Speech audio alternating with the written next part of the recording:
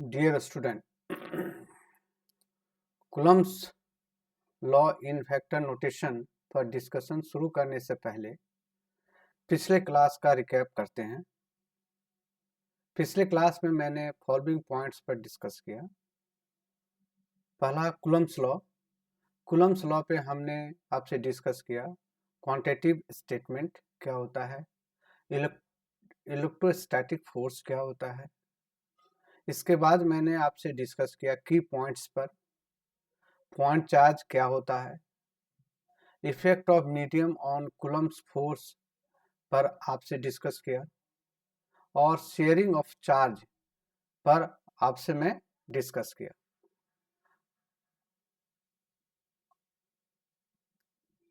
Today let start discussion on Coulomb's law in vector notation. ठीक है, दो चार्जें, पहले इस वेक्टर नोटेशन को समझने से पहले मैं आपको एक छोटी सी स्टोरी सुनाना चाहता हूं। दो चार्ज हैं, ठीक है, दो चार्ज दो चार्ज है ना, दो चार्ज है, ठीक है, दो चार्ज हैं, दो चार्ज हैं Q1 और Q2, ठीक है। इनके बीच एक डिस्टेंस है, ठीक है, एक बीच डिस्टेंस पे दो चार्ज हैं Q1 और Q2। ये दोनों चार्ज छोटे हैं लेकिन एक दूसरे को ये इन्फ्लुएंस करते हैं। मतलब क्या होता है कि this charge will be influence to this one और this charge will be influence to this one. मतलब समझें कि अगर ये दोनों पॉजिटिव चार्ज होगा और ये दोनों नेगेटिव चार्ज होगा, नेचुरली एक दूसरे को ये रिपेल करेगा, ठीक है। और अगर ये नेगेटिव चार्ज है और ये पॉजिटिव चार्ज है और ये पॉजिटिव चार्ज है, ये नेगेटिव चार्ज है, तो क्या करेगा, वो एक दूसरे को अट्रैक्ट करेगा। तो इसको कहते हैं इन्फ्लुएंस, ठीक है। तो ये एक दूसरे को इन्फ्लुएंस करेगा, एक दूसरे को या तो रिपेल कर सकता है या एक दूसरे को अट्रैक्ट कर सकता है, ठीक है। तो यहाँ पे ध्यान देने वाली बात है कि ये जो फोर्स आपस में जो इन्फ्लुएंस कर रहे हैं, ये केवल एक दूसरे को फोर्स ही नहीं बता रहे हैं, कितने फोर्स से ये एक दूसरे को रिपेल कर रहे हैं और एक दूसरे को अटैक कर रहे हैं। ये भी बताता है कि किस डायरेक्शन में इनको हम रिपेल कर रहे हैं और किस डायरेक्शन में इसको हम अटैक कर रहे हैं, ठीक है। तो ये जो स्टोरी है, इसी स्टोरी पर आपका Coulomb's law of vector notation हम आपसे डिस्कस करेंगे, ठीक है। तो Coulomb's law in vector notation को समझने से पहले हमें कुलम्स लॉ के स्टेटमेंट को फिर से एक बार रिकॉल करना पड़ेगा, ठीक है।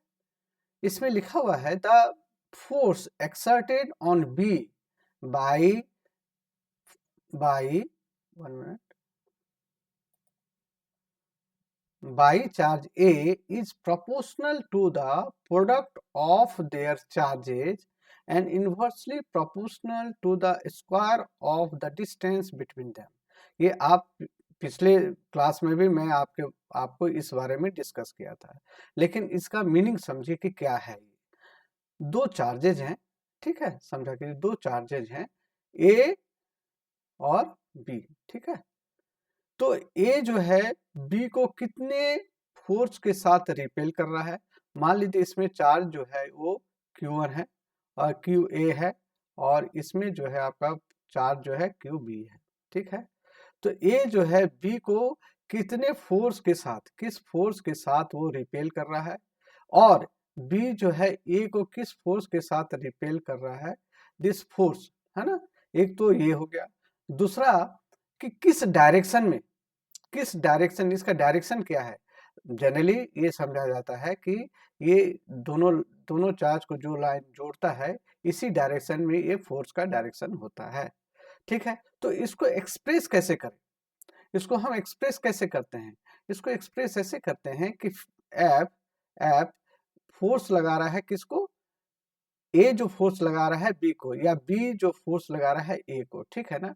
तो force on A due to B this will be equal to 1/4 pi, है ना, एप्साइन नॉट, है ना, epsilon nought Q A into Q B upon R square. मतलब क्या है, ये तो फोर्स लगा रहा है। अब इस जो स्टेटमेंट है, इस स्टेटमेंट को समझें। कहता है क्या है कि force exerted on charge B by charge A, मतलब जो फोर्स ए लगा रहा है बी को, बी जो फोर्स लगा रहा है, this will be proportional to, जो फोर्स लगा रहा है this will be proportional to Q1 QA into Q B, ठीक है। और इनवर्सली प्रोपोर्शनल टू क्या हो जाएगा, 1/r स्क्वायर, मतलब इसके बीच का जो डिस्टेंस है, इसके बीच का जो डिस्टेंस है उसका, ठीक है। मतलब ये कह रहा है कि जो फोर्स ए जो है बी को लगा रहा है वो किसके प्रोपोर्शनल होगा, वो इसके और इस ए के चार्ज और बी के चार्ज के प्रोडक्ट के प्रोपोर्शनल होगा, ध्यान दीजिए। और इनवर्सली प्रोपोर्शनल क्या होगा, इन दोनों चार्ज के जो डिस्टेंस है उसका इनवर्सली प्रोपोर्शनल होगा। That is the statement of Coulomb's law. और इसको हम वेक्टर के फॉर्म में भी, इसी को हमें वेक्टर के फॉर्म में लिखते हैं, ध्यान दीजिए। लेकिन वेक्टर के फॉर्म में लिखते हैं तो इसमें दो पैरामीटर्स हैं। एक पैरामीटर्स आप देखें दिस वन, मतलब 1/4 pi epsilon 0 epsilon nought 0 Q A Q B upon R square and one is the unit vector, ठीक है। ये यूनिट वेक्टर मतलब क्या है कि ये जो क्वांटिटी है, ये क्वांटिटी जो है, ये क्वांटिटी बताता है कितना फोर्स है, कितना न्यूटन का फोर्स है। लेकिन ये जो आपका यूनिट वेक्टर है, ये आपको बताता है डायरेक्शन, ये आपके किस डायरेक्शन में है। तो यहाँ पर वेक्टर नोटेशन में क्या हुआ, ये क्वांटिटी बताता है और ये डायरेक्शन बताता है। इसको एक छोटे से एग्जांपल से आपको हम समझा सकते हैं कि अगर मान लीजिए हम एक लिखते हैं 1 2 3 4, तो इसका कोई मीनिंग नहीं होगा। What is a, what is 1, what is 2, what is 3, what is 4, इसका कोई मतलब नहीं है। लेकिन अगर हम इसको सामने अगर ये लिख देते हैं 1 मीटर, 2 मीटर, 3 मीटर या 4 मीटर, तो इसका एक मीनिंग हो जाता है, ठीक है। ये लेंथ बताता है। अगर इसके आगे हम एक लिख देते हैं न्यूटन, 1 न्यूटन, 2 न्यूटन, 3 न्यूटन और 4 न्यूटन, तो मतलब है कि ये सब एक नोटेशन बताता है। उसी तरह से जब भी हम फोर्स को लिखते हैं तो फोर्स को केवल हम क्वांटिटी के पॉइंट ऑफ व्यू से ही नहीं लिख सकते हैं, उसको एक यूनिट फैक्टर भी देना पड़ेगा जो उसके डायरेक्शन को भी बताए, क्योंकि फोर्स जो है वो एक वेक्टर क्वांटिटी है, मतलब उसके मैग्नीट्यूड भी होती है और उसके डायरेक्शन होता है। तो now the total complete formula is this one for vector notation, ठीक है। अब इस सारे इवेंट को अगर हम डिस्क्राइब करना चाहें तो हमें 3 पॉइंट बहुत ही इम्पोर्टेंट रिवील होता है। पहला पॉइंट क्या होता है कि हाउ स्ट्रॉन्ग इट इज, मतलब हाउ स्ट्रॉन्ग मतलब कितना फोर्स लग रहा है। तो नेचुरली जो फोर्स लगाता है कूलम्ब्स लॉ से हमें क्या है, 3 नोटेशन बहुत ही इंपॉर्टेंट मिलता है। पहला क्या है कि how strong it is, how strong it is मतलब 1/4 pi epsilon nought Q A Q B upon R square, ये आपका बताता है क्वांटिटी, कितना फोर्स लग रहा है, ठीक है। दूसरा होता है वेदर इट इज अट्रैक्शन और इट इज रिपल्सन। नेचुरली ये बताता है कि फोर्स जो है अट्रैक्शन हो रहा है या रिपल्सन हो रहा है, क्योंकि अगर सेम फोर्स होगा तो नेचुरली रिपल्सन होगा, और अगर अपोजिट फोर्स होगा तो वो आपको अट्रैक्शन शो करेगा, ठीक है। तो ये दूसरे पैरामीटर से इससे बता। तीसरा, which direction it's x, naturally ये जो यूनिट फैक्टर है, ये यूनिट फैक्टर है, ये आपको ये बताता है कि इसका डायरेक्शन क्या है, ठीक है। तो हमारा vector form of Coulomb's law हमें तीन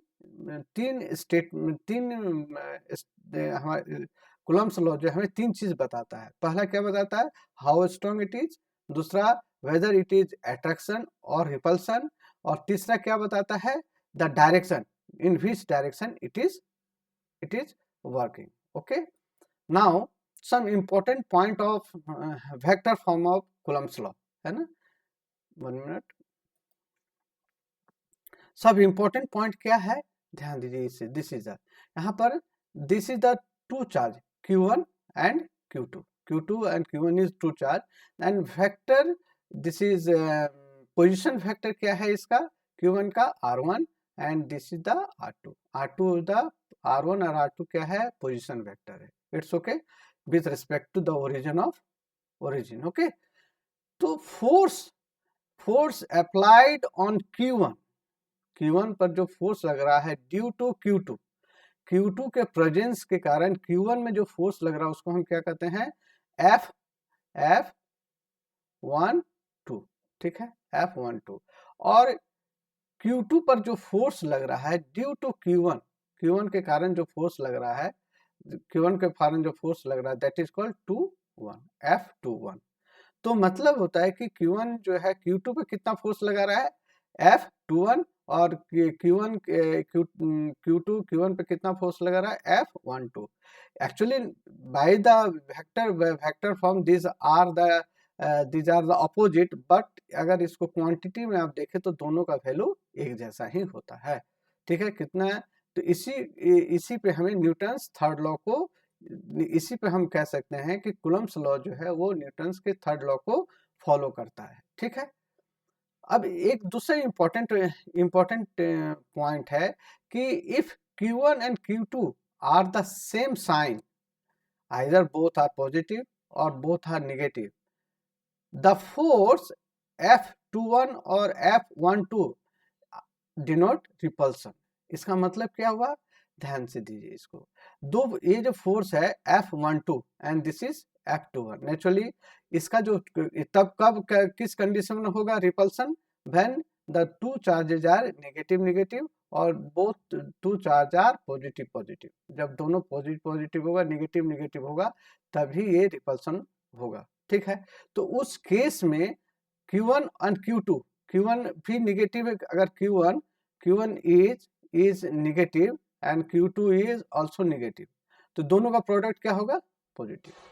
ठीक है, अगर Q1 जो है ये पॉजिटिव है और Q2 भी पॉजिटिव है, तो दोनों का प्रोडक्ट क्या होगा, पॉजिटिव. तो इसका मतलब है कि जब Q1 and Q1 into Q2 is greater than 0, that means कि ये रिपल्सिव फोर्स लग रहा है. It's clear.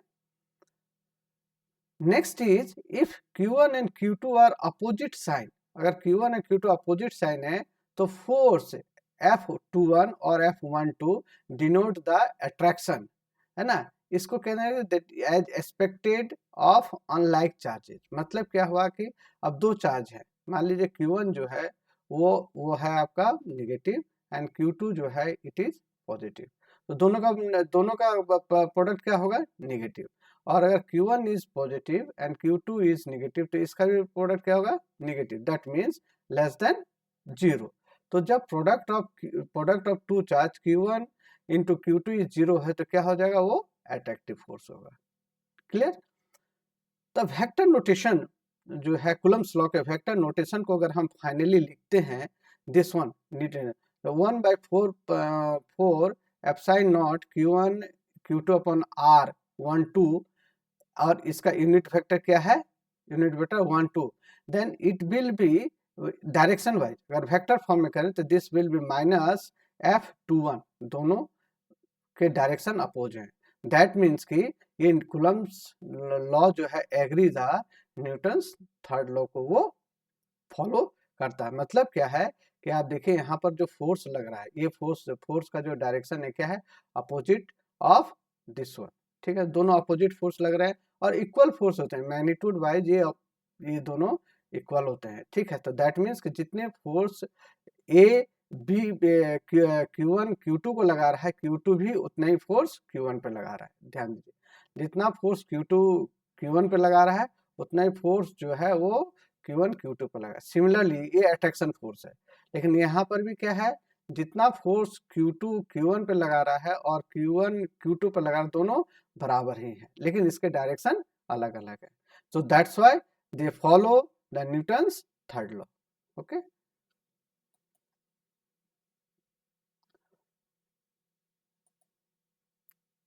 अब एप्लीकेशन, ये कहाँ अप्लाई होता है, what is the application of Coulomb's law. है ना, कूलम्ब्स लॉ का अप्लाई कहाँ करते हैं, तो analysing the force in complex charge distribution. Complex charge distribution मतलब जहाँ पर it's very complex, not a simple distribution हो, वहाँ पर हम इसका इस्तेमाल करते हैं, ठीक है, वेक्टर नोटेशन का for calculating, okay. Second, the determine the net force charge due to multiple other charges.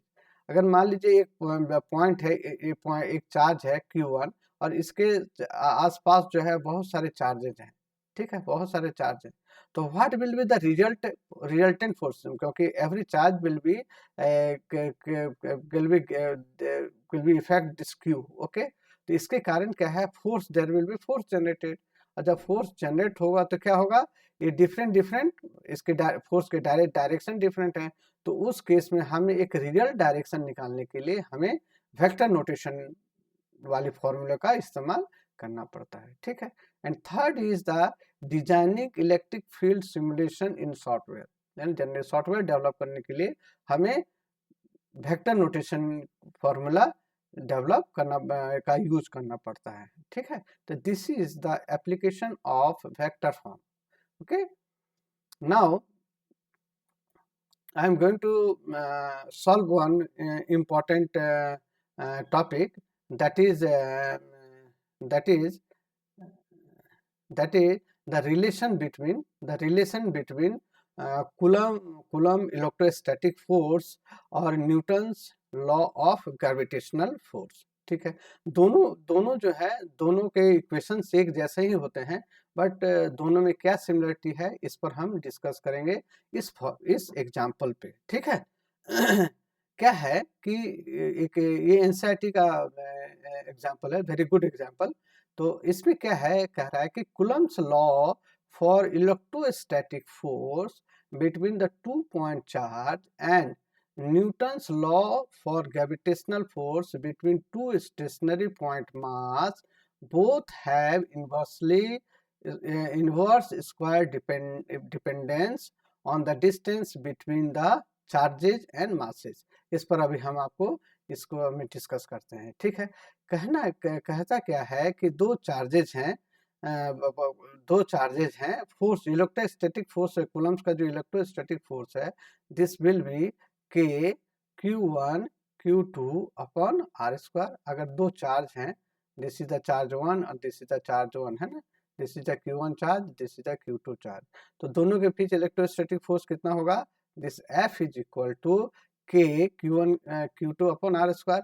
अगर मान लीजिए इसका मास हो, दिस चार्ज का भी मास हो, दिस दोनों चार्ज का मास हो, दिस इज M1 इसका चार्ज है और इसका M1 मास है, ठीक है। तो इसके बीच में ग्रेविटेशनल फोर्स जो होगा वो कितना लगेगा, G, है ना, M1 M2 upon R square, ठीक है। तो देखिए दोनों फोर्स जो है, कूलम्ब्स फोर्स और न्यूटन्स ग्रेविटेशनल फोर्स में बहुत ज्यादा सिमिलरिटी है।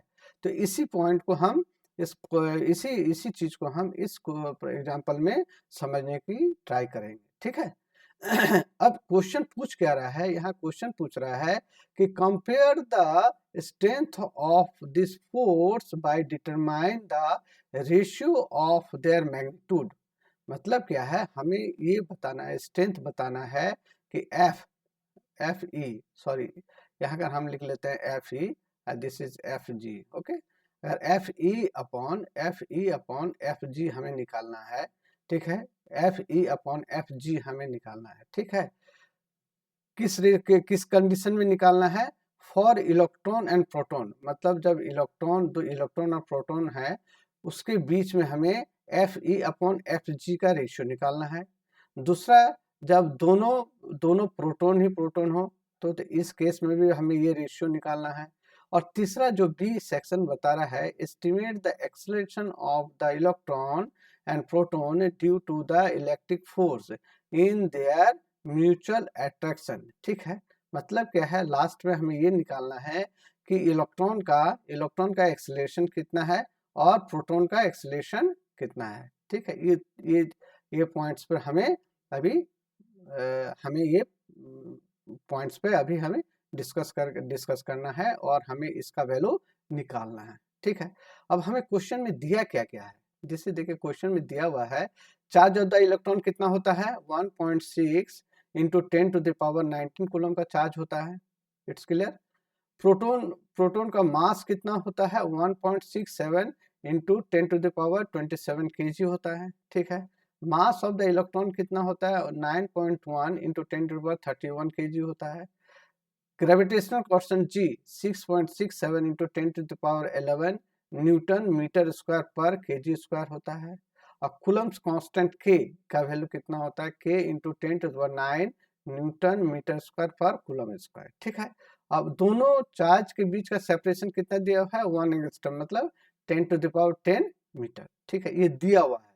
अब इन दो दिए हुए पैरामीटर्स पर हमें ये रेशियो निकालना है। ये रेशियो निकालना है FE अपॉन FG का रेशियो हमें निकालना है। ठीक है, तो हम कैसे निकालेंगे? सबसे पहले हम इस दो फॉर्मूले को समझ लें। 1 मिनट। देखिए इलेक्ट्रोस्टैटिक फोर्स कितना दिया हुआ है? इलेक्ट्रोस्टैटिक K Q1 Q2 ये किसके किसके बीच दिया हुआ है? इलेक्ट्रॉन और प्रोटॉन, दो चीज पे हमें निकालना है, इलेक्ट्रॉन प्रोटॉन के बीच में और प्रोटॉन एंड प्रोटॉन के बीच में। देखिए यहाँ पर हमें डिस्कस करना है दो पॉइंट पे बीच में, ठीक है ना। तो इलेक्ट्रॉन और प्रोटॉन के बीच में हमें क्या निकालना है? इलेक्ट्रॉन और प्रोटॉन के बीच में जो फोर्स लग रहा है, इलेक्ट्रोस्टैटिक फोर्स और ग्रेविटेशनल फोर्स। ध्यान दीजिए क्वेश्चन क्या पूछ रहा है कि इलेक्ट्रॉन और प्रोटॉन के बीच में जो इलेक्ट्रोस्टैटिक फोर्स जो लग रहा है ड्यू टू कूलम, है ना, इलेक्ट्रोस्टैटिक फोर्स कितना लग रहा है और ग्रेविटेशनल फोर्स कितना लग रहा है, उसका क्या रेशियो है। मतलब इसके बीच में कितना इलेक्ट्रोस्टैटिक फोर्स लग रहा है और कितना ग्रेविटेशनल फोर्स लग रहा है, उसका हमें आपको रेशियो निकालना है। और सिमिलरली प्रोटॉन के केस में जब दोनों प्रोटॉन और प्रोटॉन के बीच में हमें रेशियो निकालना है FE अपॉन FG का। इसमें भी हमें दोनों का के बीच में जो फोर्स लग रहा है इलेक्ट्रोस्टैटिक फोर्स और ग्रेविटेशनल, उसका हमें रेशियो निकालना है। ठीक है, तो हमने क्या किया यहाँ पे FE electrostatic force K Q1 Q2 upon R square and FG क्या है G M1 M2 upon R square, दोनों का अगर हमने रेशियो कर देते हैं तो this will be the parameter. ठीक है, क्योंकि R स्क्वायर कट जाएगा तो K Q1 Q2 और नीचे G M1 M2 हो गया। ठीक है, अब यहाँ पर हम जो हमारे वैल्यू दिए हुए हैं हम उसको हम इंजेक्ट कर देते हैं। जैसे के आपका K का वैल्यू हमने दे दिया है, दो ये केवल इलेक्ट्रॉन और प्रोटॉन है तो इलेक्ट्रॉन और प्रोटॉन के जो चार्जेज होते हैं वो सेम ही होते हैं। 1.6 इंटू 10⁻19 का स्क्वायर हो गया। ठीक है, और नीचे क्या है ग्रेविटेशनल का वैल्यू G का वैल्यू दिया हुआ है। इसमें जो दिया हुआ है इलेक्ट्रॉन का मास कितना है, इतना है, और प्रोटॉन का मास कितना है, इतना। अगर दोनों इस सारे चीजों को कंपेयर करेंगे तो the value will be FE upon FG will be कितना होगा 2.3 इंटू 10⁻39। ठीक है, सिमिलरली अगर आप प्रोटॉन का सिस्टम लेते हैं तो वहां पर क्या होगा, K का वैल्यू जो है वो 9 इंटू 10⁻9 होगा ही होगा। चार्ज प्रोटॉन है तो दोनों का चार्ज कितना होगा 1.6 इंटू 10⁻19 का स्क्वायर हो गया। और नीचे क्या है G का वैल्यू दिया हुआ, दोनों का मास मतलब प्रोटॉन का मास एंड प्रोटॉन के मास। ठीक है, तो दोनों इसलिए हमने यहाँ पे स्क्वायर कर दिया।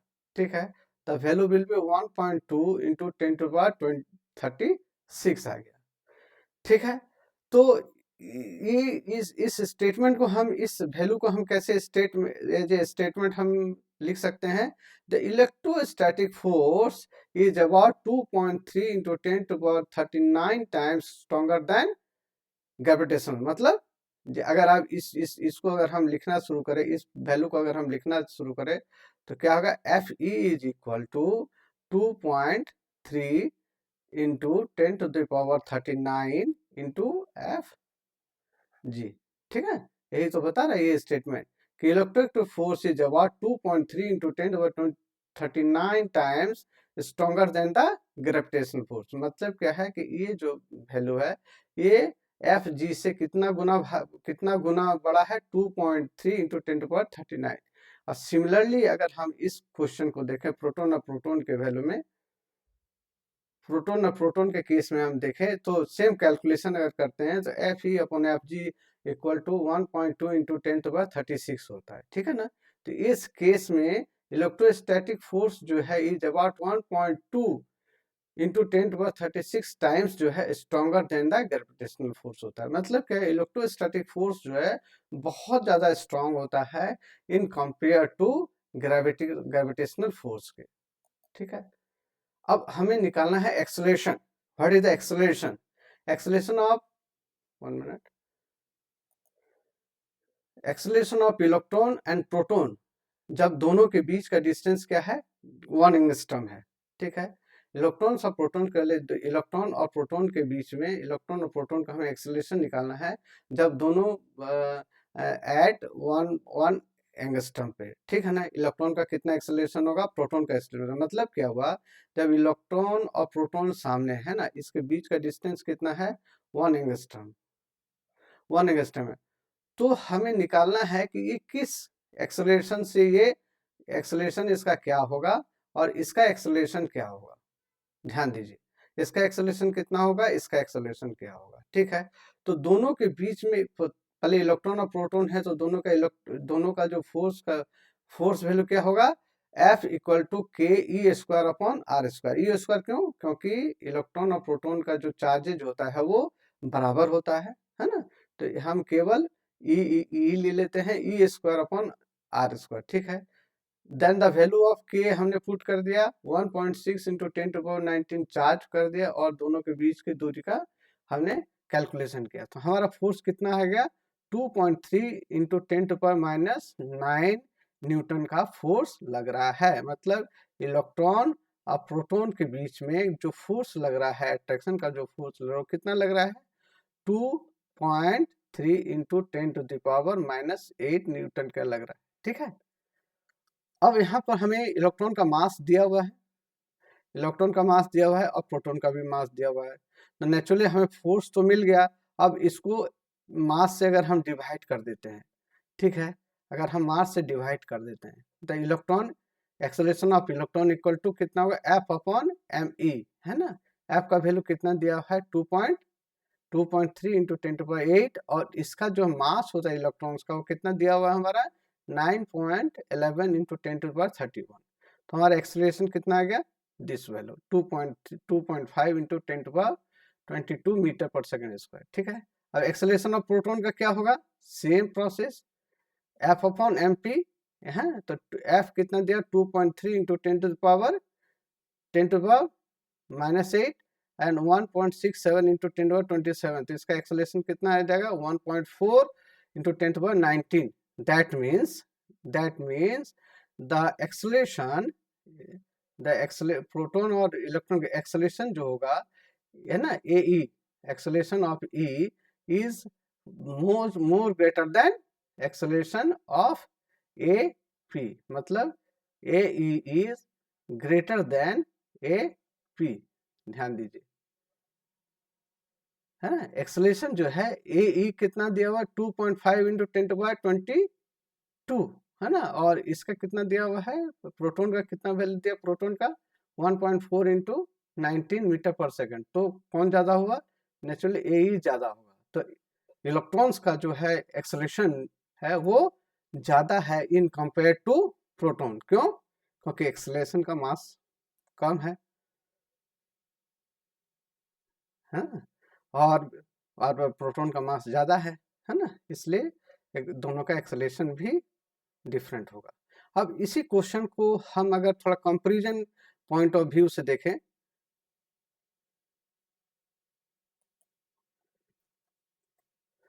अगर इसे अगर हम कंपैरिजन पॉइंट ऑफ व्यू से देखें, है ना,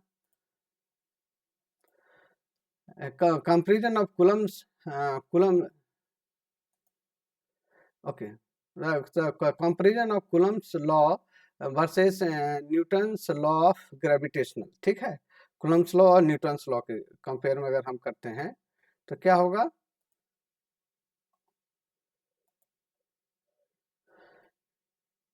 ध्यान दीजिए। यहाँ पर अगर मैथमेटिकल फॉर्मूला के फॉर्म पे अगर दोनों को कंपेयर करें तो क्या होगा, एफ ई जो है this will B K Q1 Q2 upon R square. Naturally electrostatic force ऐसा ही होता है फॉर्मूला। और ग्रेविटेशन का फॉर्मूला क्या होगा, F G equal to G m1 m2 upon R square. दोनों में यही, दोनों में मैथमेटिकल फॉर्म में अंतर है, ठीक है। क्वांटिटिव इन्वॉल्वमेंट क्या है, quantitative involvement means the electric force जो होता है वो डिपेंड करता है इलेक्ट्रिक चार्ज पे, ठीक है, इलेक्ट्रिक चार्ज पे डिपेंड करता है, ठीक है। चार्ज में भी पॉजिटिव और निगेटिव, ये चार्ज जो होता है पॉजिटिव भी हो सकता है, निगेटिव हो, दोनों पॉजिटिव होगा या दोनों निगेटिव, या एक पॉजिटिव एक निगेटिव हो सकता है, ठीक होगा, है ना। लेकिन ग्रेविटेशनल फोर्स में क्या होता है, डिपेंड ऑन द मास, ये भी एक मास पे डिपेंड करता है, but mass is always positive. यहाँ पर मास जो होता है ये दोनों पॉजिटिव होता है, इसका कोई निगेटिव मास नहीं होता, निगेटिव मास के बीच में कोई ग्रेविटेशनल फोर्स नहीं लगता है, ठीक है, या नेगेटिव मास होता ही नहीं कुछ, है ना। So that is the difference. Next है nature of interaction. Electrostatic force क्या है, अट्रैक्टिव और रिपल्सिव होता है ना। कैन कैंसल आउट, दोनों कभी कैंसिल भी हो सकता है आपस में, लेकिन आपका ग्रेविटेशनल फोर्स जो होता है वो केवल अट्रैक्टिव फोर्स होता है, I can not be cancel, इसको हम कैंसिल नहीं कर सकते हैं, ठीक है। Medium dependence, the electrostatic force जो है मीडियम पे डिपेंडेंस होता है ना। एप्साइन नॉट आर पर हमने डिस्कस किया, force decrease as dielectric constant is increasing, है ना। लेकिन ये जो होता है gravitational force independent of medium and force remain same, ये आपका मीडियम मीडियम पे डिपेंड नहीं करता है, ठीक है, ये फोर्स मीडियम पे डिपेंड नहीं करता है, ठीक है। इन टर्म ऑफ अगर हम करें कि स्ट्रेंथ ऑफ फोर्स के टर्म पे करें तो naturally electrostatic force is greater then, many time greater than gravitational force होता है, ठीक है। रेंज एंड डायरेक्शन क्या है, लॉन्ग रेंज फोर्स है, the electrostatic force is long range force and act along the joining charge, ठीक है। दो चार्ज के बीच अगर कोई इलेक्ट्रोस्टैटिक फोर्स लग रहा है तो उस दोनों चार्ज को जो ज्वाइन करेगा लाइन, उस लाइन के अकॉर्डिंग वो फोर्स एक्ट करेगा। ये भी, इसमें भी वही सिमिलरिटी है ना, लॉन्ग रेंज फोर्स है, this is long range force और act along the line joining the mass, ठीक है। इनवर्स स्क्वायर नेचर, नेचुरली वो दोनों जो है, दोनों फॉर्मूला जो है इनवर्स स्क्वायर लॉ को फॉलो करता है। इट डिस्टेंस अगर डबल होता है तो फोर्स कितना टाइम हो जाएगा, 1/4 टाइम्स, ठीक है। अगर डिस्टेंस डबल तो force become 1/4 times, okay. This is the comparison between the electrostatic force and gravitational force.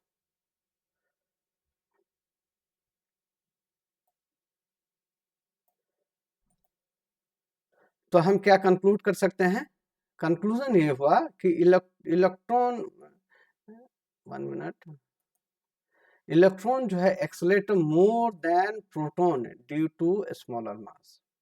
पहला कंक्लूजन ये है कि इलेक्ट्रॉन का एक्सेलरेशन जो होता है बहुत ज्यादा है इन कंपेयर टू प्रोटॉन से, ठीक है।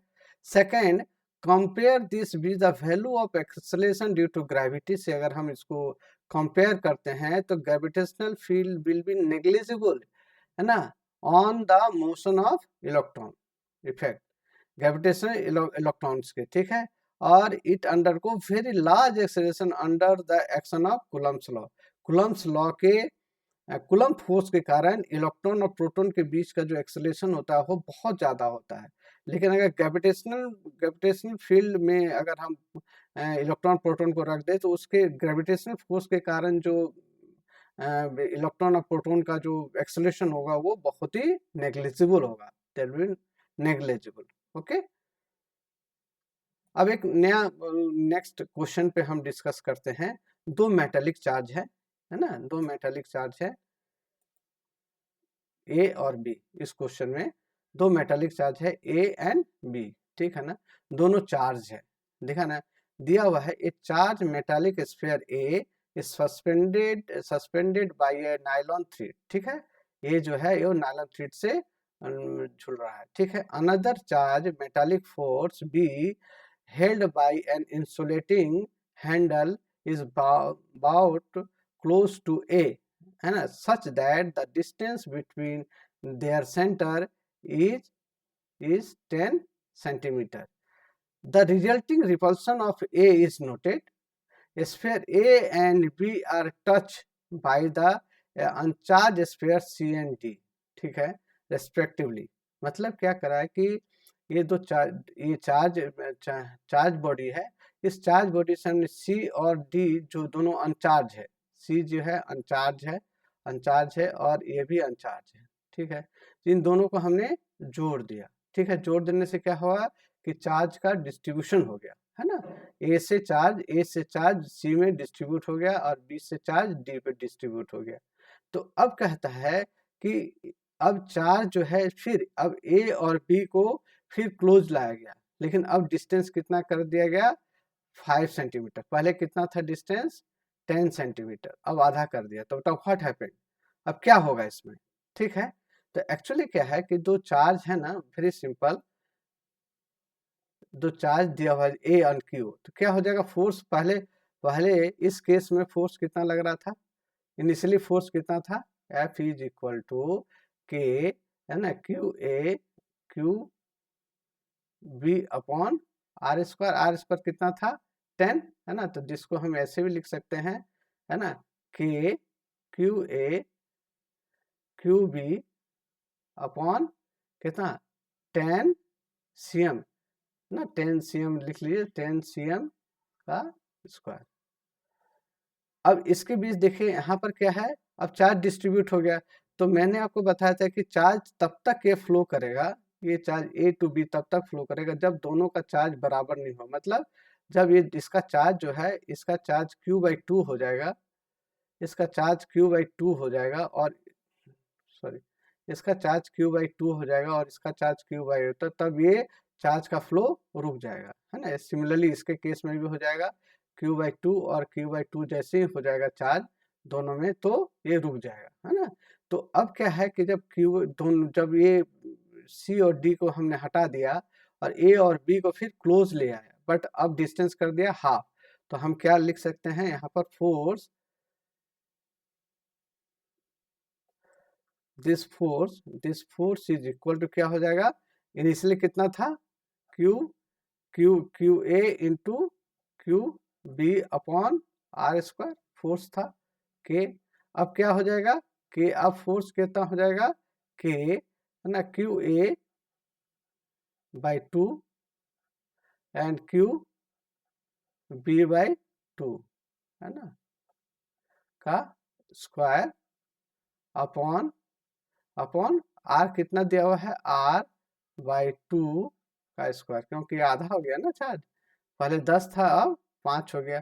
तो अगर ये कैलकुलेशन आप करेंगे ना, तो दिस कैलकुलेशन विल बी क्या हो जाएगा, same, there is no change, the force will be equal to कितना आ जाएगा, the force will be equal to Q B upon R square. मतलब ये कहना चाह रहा है क्वेश्चन में कि जब दो बॉडी जो है, जो चार्ज है, उसको जब अनचार्ज बॉडी से अगर हम टच करा देते हैं, तो the charge will be flow up to which the दोनों में चार्ज बराबर डिस्ट्रीब्यूट जब तक नहीं होता है तब तक वो चार्ज फ्लो होता है। अब उसके केस में हमने डिस्टेंस आधा कर दिया, तो हमारा चार्ज सेम रहेगा। मतलब ये होता है कि जब अनचार्ज बॉडी से हम चार्ज को टच कराते हैं, तो उसके चार्ज जो डिस्ट्रीब्यूट होता है, उसके बाद जो है, जो जब फोर्स लगता है, सेम फोर्स अगर हमें गेन करना है, मतलब ए और बी जो शुरू में हमारे जो फोर्स लग रहा था, कितना फोर्स लगता है, F is equal to K Q A upon Q B upon R square, ठीक है। अब जब दोनों का डिस्टेंस हमें सेम फोर्स गेन करना है, इतना ही फोर्स हमें गेन करना, तो हमें क्या करना पड़ेगा, इन दोनों के बीच का डिस्टेंस को हमें आधा करना पड़ेगा। तो this is the effect of sharing of charge in Coulomb's law, ठीक है, ये आपका क्वेश्चन में दिया हुआ है and that is the solve, ठीक है। नेक्स्ट, अब जो है ये डेली लाइफ इवेंट क्या है, मतलब कूलम्ब्स में ये भी जानना बहुत जरूरी है कि हमारे डेली लाइफ में कूलम्ब्स लॉ का इम्पोर्टेंस क्या है। तो नेचुरली आप लोग paper piece, jump towards the balloon, balloon के जब एक बैलून होता है ना, बैलून को अगर आप सर से बाल से अपना रब कर दें और उसके सामने अगर आप कर दें तो then they will be attack toward इससे क्या है कि चार्ज अपोजिट चार्ज होगा और ये एक फोर्स काम करेगा जो एक दूसरे को अटैक कर लेगा, है ना। Closer the balloon the strong the attraction होगा, ठीक है। Like this the Coulomb's law follow करता है। कूलम्स लॉ में क्या है, इस कूलम्स लॉ में balloon is a charge body and paper beads are charge by the induction, है ना। ये चार्ज इंडक्शन के कारण हो जाता है जिसके कारण ये इफेक्ट ये खींच लेता है अपनी तरफ पेपर पीस को। द फोर्स इंक्रीज और decrease when the distance decrease और increase at the rate of R square. ध्यान दीजिए, ये फोर्स जो होता है, फोर्स इंक्रीज और decrease when the distance decrease और इंक्रीज, जब फोर्स इंक्रीज तब करेगा, इंक्रीज करेगा जब डिस्टेंस दोनों के बीच में डिक्रीज करेगा। जब फोर्स डिक्रीज कब करेगा, जब दोनों के बीच में फोर्स जो है वो इंक्रीज करेगा। किस रेट से करता है, 1/r स्क्वायर के कर में, ठीक है। रीजन इज दैट, क्यों ऐसा होता है, अगर आप दूसरे रीजन से that the distance increase the electric field line spread over the large area, है ना। स्फेरिकली लार्ज एरिया में होता है ना। Since the area of the sphere is 4 pi r square, so the force per unit area decrease by कितना हो जाएगा, 1/r square, ठीक है ना। तो ये जो डिक्रीमेंट होता है ये इसलिए 1/r स्क्वायर से होता है। तो this is the daily life event for Coulomb's law, है ना। अब मिस्टेक्स क्या करते हैं, जनरली आप मिस्टेक्स क्या करते हैं इन एग्जाम हॉल में, एग्जाम हॉल में मिस्टेक्स क्या होता है।